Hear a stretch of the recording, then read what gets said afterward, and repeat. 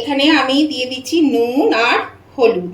আজ আমি রুই মাছের একটা রেসিপি করে আপনাদেরকে দেখাবো, কিন্তু কি রেসিপি করব সেটা আমি নিজেও জানি না, এর নাম বলতে পারবো না। আমি আমার নিজের ইচ্ছা মতো এই রেসিপিটা বানাচ্ছি। খেতে কিন্তু খুব সুস্বাদু হয়, দারুণ খেতে হয়। তো আপনারাও চেষ্টা করে একবার দেখতে পারেন, আমার মনে হয় আপনাদেরও খুব ভালো লাগবে। আমি সুমনা চলে এসেছি আমার ইউটিউব চ্যানেল কখনো সখনোতে। আজকে আমার রেসিপি ঝুলি থেকে একটা রেসিপি নিয়ে। আশা করি আপনারা সকলে ভালো আছেন, সুস্থ আছেন। মাছগুলো দেখুন নুন হলুদ মাখানো হয়ে গেছে। আমি এটা একটু ভেজে নেব, বেশি কড়া করে ভাজবো না, একটু হালকা করে কিন্তু ভেজে নেব। কড়াতে আমি একটু তেল দিয়ে দিয়েছি আর একটু নুনও দিয়ে দিলাম। আমি মাছ ভাজার সময় কিন্তু একটু নুন দিয়ে থাকি, তাহলে কিন্তু মাছগুলো লেগে যায় না, সেই জন্য আমি একটু নুন দিই। তো এটা একটু নেড়ে দিলাম। তেলটা গরম হয়ে গেছে দেখুন খুব। তো এবার আমি আস্তে করে মাছগুলো ছেড়ে দিচ্ছি।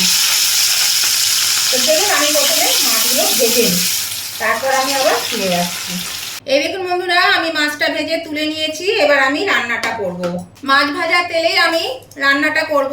তেলটা গরমই আছে, এর মধ্যে একটা তেজপাতা, 2 টুকরো শুকনো লঙ্কা আর হাফ চামচ গোটা জিরে দিয়ে দিলাম। এটা একটু ভেজে নেব জিরেটাকে। এর মধ্যে দিয়ে দিচ্ছি সামান্য একটু হলুদ। এই যে মশলাগুলো দেবো, তাহলে মশলাগুলো ছিটকাবে না, সেই জন্য এই হলুদটুকু দিলাম।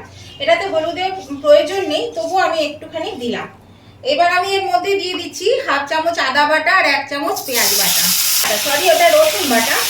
রসুন বাটা আর পেঁয়াজ বাটাটা দিয়ে আমি একটু এটা নাড়াচাড়া করে নেব। এবার দিয়ে দিচ্ছি এখানে এই 1 চামচ আদা বাটা। দেখুন আমি কত কম মশলা নিচ্ছি, 1 চামচও হচ্ছে না, মানে পুরোপুরি 1 চামচও আমি দিচ্ছি না। খুব কম মশলায় এই রান্নাটা করবো। প্রচণ্ড গরম বন্ধুরা, এই গরমে যত হালকা খাওয়া যায় মশলা ছাড়া রান্না করলেই ভালো। একদমই কম মশলা দিয়ে দেখুন আপনাদেরকে রান্না করে দেখাচ্ছি। এটা খুব কম মশলায় কিন্তু এই রান্নাটা আমি করছি। এই গরমের মধ্যে এরকমভাবে খুব কম মশলা দিয়ে রান্নাটা করবেন, তাহলে কিন্তু এটা খেতে ভালো লাগবে, শরীরও সুস্থ থাকবে। এর মধ্যে আমি দিয়ে দিচ্ছি এবার, এর মধ্যে আমি কাজু আর 10-12টা কাজু আর 1 চামচ 1 টেবিল স্পুন পোস্ত আর 1 টেবিল স্পুন চার মগজকে বেটে নিয়েছি। এটা আর আমি আপনাদেরকে দেখাইনি, সবটা ভিডিওটা বড় হয়ে যায় বলে। তো এটা আমি একদম লো ফ্লেমে এটাকে ভালো করে একটু কষিয়ে নেব। এটাকে আগে কষিয়ে নিই, আর দেখতে হবে যেন তলে লেগে না যায়, কেননা কাজু বাদাম আছে, সেই জন্য কিন্তু তলে লেগে যাওয়ার সম্ভাবনা থাকবে। এই দেখুন বন্ধুরা, তেল ছাড়তে শুরু করেছে। এখানে আমি দেখুন এখানে প্রায় 70-80 গ্রাম মতন টক দইকে ফেটিয়ে নিয়েছি। এই দইটা আমি দিয়ে দিচ্ছি এর মধ্যে। এর মধ্যে দইটা দিয়ে দিলাম। দইটা দিয়েও কিন্তু একদম কম আঁচে এটাকে নাড়াচাড়া করতে হবে, একদম কম আঁচে কিন্তু এটা নাড়াচাড়া করব। বেশ একটু এটা দিয়ে কষিয়ে নেব। নতুন বন্ধু যারা আমার চ্যানেলে প্রথম এসেছে, আমার চ্যানেল প্রথম ভিজিট করছে, তাদের কাছে আমার অনুরোধ, অবশ্যই কিন্তু আমার চ্যানেলটা সাবস্ক্রাইব করে না থাকলে সাবস্ক্রাইব করে আমার পাশে থাকবে, আর পাশে থাকা বেলটা অবশ্যই ক্লিক করে দেবে। তাহলে আমি যখনই আমার নতুন নতুন ভিডিও আপলোড করব, সাথে সাথে নোটিফিকেশন আপনাদের মোবাইলে পৌঁছে যাবে, আর সবার আগে আপনারা আমার ভিডিও দেখতে পাবেন। আর আমার উভয় বন্ধুদেরকে বলছি, আজকের রেসিপিটা দেখতে দেখতে যদি এখনো পর্যন্ত লাইক দিতে ভুলে গিয়ে থাকেন, প্লিজ একটু লাইক বাটনটা প্রেস করে দেবেন। আপনাদের একটা লাইক আমাকে এগিয়ে নিয়ে যেতে অনেকটা সাহায্য করে। আর যদি রেসিপিটা ভালো লেগে থাকে, যদি খুব ভালো লেগে থাকে, তাহলে অবশ্যই কিন্তু আপনাদের বন্ধু বান্ধব আত্মীয় স্বজন সকলের কাছে একটু শেয়ার করে দেবেন, একটু প্রচুর পরিমাণে শেয়ার করে দেবেন, তাহলে সবাই যেন রেসিপিটা পেয়ে যায়। আর কেমন লাগলো আজকের এই রেসিপিটা সেটা জানাতে কমেন্ট করতে একদম ভুলবেন না, অবশ্যই কমেন্ট করে জানাবেন। আপনাদের একটা কমেন্ট আমাকে পরবর্তী রেসিপি বানাতে অনেকটা উৎসাহিত করে, আর আপনাদের মিষ্টি মিষ্টি কমেন্টগুলো পড়তেও কিন্তু বেশ ভালো লাগে। তাহলে অবশ্যই কিন্তু লাইক শেয়ার কমেন্ট করতে ভুলবেন না। আমার উভয় বন্ধুদের কাছে আমার একটা রিকোয়েস্ট, আমি একটু ভালো করে কষিয়ে নিই।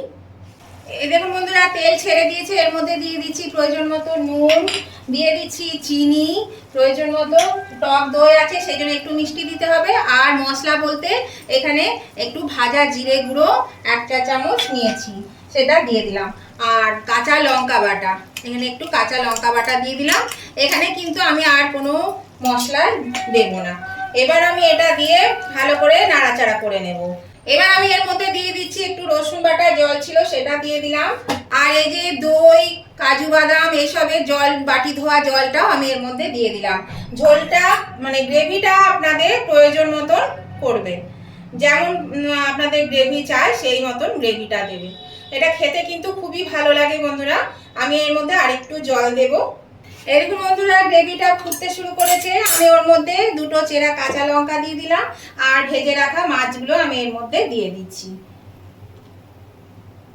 আমি মাছগুলো দিয়ে দিয়েছি। মাছগুলো দিয়ে আমি 3 থেকে 4 মিনিট একটু ফুটিয়ে নেব।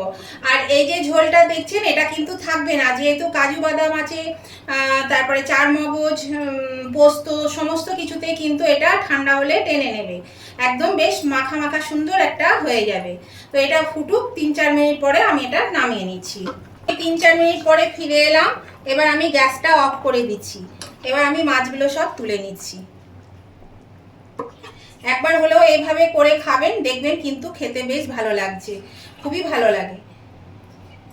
তাহলে মাছগুলো আমি প্রথমে একটু তুলে নিই।